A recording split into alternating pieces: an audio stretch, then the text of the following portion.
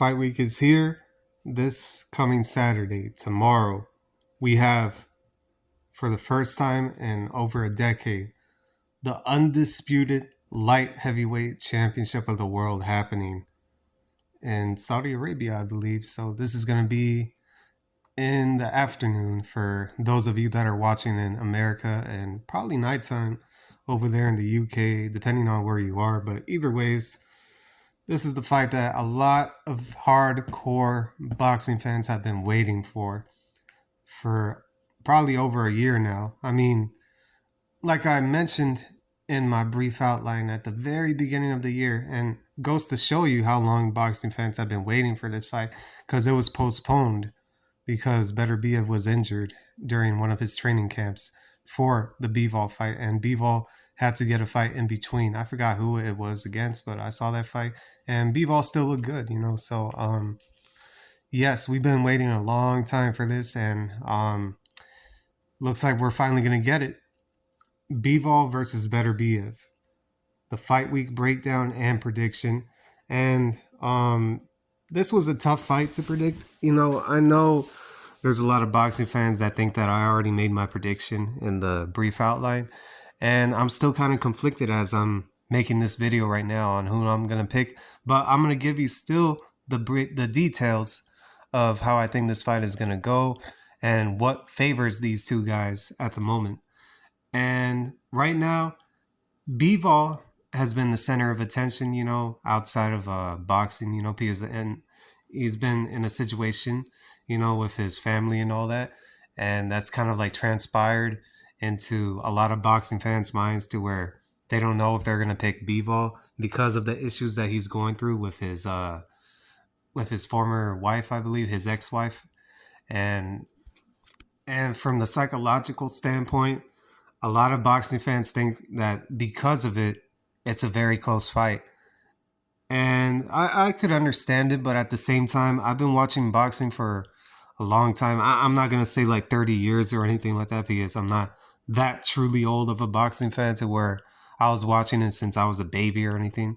But I've noticed that boxing fans tend to overanalyze a lot of stuff like that, where the fighters are carrying a lot of stuff on their plate. They have a lot of stuff on their plate going into a fight, and sometimes that can make or break them. But when you have somebody like Bivol who's very consistent, like you don't see him like going off the rails like how Adrian Broner has, or Julio Cesar Chavez Jr. or anything like that. I haven't seen anything like that happen with Bivol, but it has happened with one of his countrymen, Sergey Kovalev, where Sergey Kovalev had a drinking problem, and he got himself into a lot of issues outside of boxing. Like everybody has seen the stories. And Bivol, on the other hand, I mean, I've heard some stories, that's for sure. And without getting too much into it, I don't think it's going to affect his performance in this fight against Beterbiev, because Bivol has been very consistent, as I said before. Bivol is always in shape. He's always training in the gym most of the time that I've seen him. And I never seen or heard any rumors of him like having a drinking problem or smoking or anything like that. So I think he should be okay on this part. But regardless, I mean, like if he loses to Beterbiev, that's not an excuse where he had a lot on his mind because of that whole situation. I mean, there's a lot of fighters that we know that are right now in the Hall of Fame who had a lot of issues like that. Like, for example, Manny Pacquiao. Behind the scenes, he had a lot of issues during his career, but he was still able to perform at the top level, So either ways, I mean, I don't know like if that would affect the fight, like I said before. But anyways, I don't think it has affected Beterbiev, where Beterbiev has went through some situations himself. Maybe not like in the same circumstance that Bivol went through, but he's been through some situations, like hard situations, where it's either made or break him throughout his entire career. And you could clearly see that in all of his fights. I mean, obviously they're all knockouts, but Either ways, man. I mean, like, let's get down to the details of the fight. I mean, Bivol is obviously the better mover, has better footwork, better jab, of course, and Beterbiev. Sure, he has some technical skill sets. I mean, he has a very great technical skill set, but there's a lot of deficiencies in it. You know, there's some stuff that he does that's robotic, but it's very effective at the same time. Anytime that he lands on somebody, they're always in a world of pain. You know, like I said, saw with Joe Smith, like I saw with Anthony Yard, which I did kind of see him struggle in that fight. So there's some spots where Bivol can actually exploit in this fight based on that fight with Anthony Yard. But that's not the only fight, of course. I mean, like obviously everyone remembers, but Callum Smith. I mean, like Callum Johnson versus Beterbiev when Beterbiev got knocked down for the first time in his career. And there was another fight. Oh man, I forgot the name of the guy that knocked down Beterbiev. But more significant, it was the Callum Johnson fight, and he didn't get hurt against Anthony Yard. Didn't get hurt, in my opinion. I don't think he got hurt against Marcus Brown at all. That was just a headbutt, but he was under immense pressure, and you got to give Beterbiev credit that he was able to go through some adversity. And at some point, man, like everybody was concerned that the fight was going to get stopped prematurely, but with all that blood gushing out of his cut, he was still able to push through it. You know, under those type of circumstances, where as long as he was patient while still waiting and taking his time, where he's able to pressure his opponent, cut off the ring, and find a way to land some of his shots. And then Beterbiev is okay on that part. So he's been through some adversity himself. Now, I remember the last time I saw Bivol get hurt was against Joe Smith Jr. He got hurt by a big shot at the very end of the fight. I think it was the round 12, I believe. And he got rocked real badly, man. And Joe Smith is a hard puncher himself, but I don't think he's nowhere near the puncher that Beterbiev is. And I've said before that Beterbiev is one of the top punchers in the sport. You know, up there, I think he's the pound for pound top puncher in the sport. You know, above guys like Naoya Inoue, Gervonta Davis, anyone that you want to throw out there that you want to mention. I think Beterbiev is the top guy, 100% KO ratio, and he just has a good balance, man. You know, and you could clearly see it in his training, of course, like because he does a lot of diverse training where he's using these heavy weights, but he's doing a lot of repetition with them. And he's very calculated as well. And Bivol, he's also very calculated the way that he does his training methods. Almost like a martial arts type of style of training, you know, bringing it back to the basics where I remember he was doing this thing outside where he was punching out a leaf and trying to avoid it at the same time. I don't know. It was like some Hajime no Ippo stuff. I don't know if you guys watch anime and seen that anime about a boxer named Ippo. So, either ways, I mean, both of these guys are good in their own way. I mean, Bivol is not a power puncher like that, but he's extremely patient, very extremely patient. You got to give him that, especially in the fight against Canelo. I personally thought that he would, you know, fold under the will and the image and the aura of Canelo like most of these other fighters do. But Bivol wasn't having that, man. This man comes from the former Soviet Union. You know, he was a child when that was going on.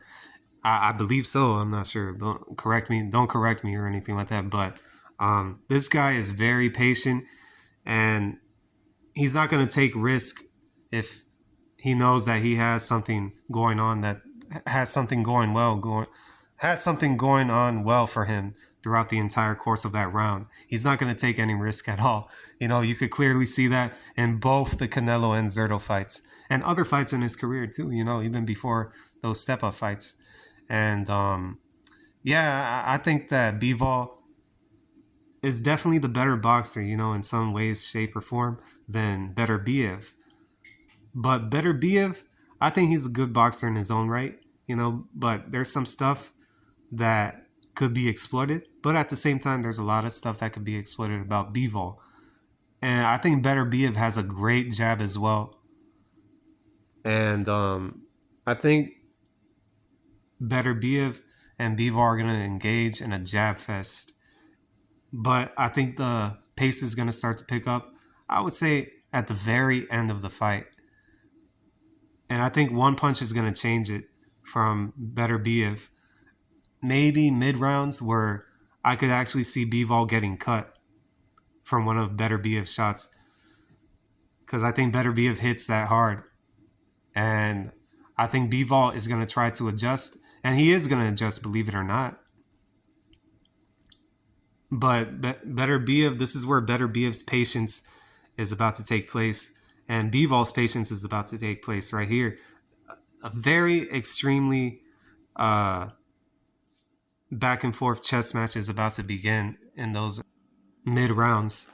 And Bivol is a lot fresher. And we have to talk about the age of Beterbiev. Beterbiev is old. He's already close to being 40, I believe. And probably next year, I believe.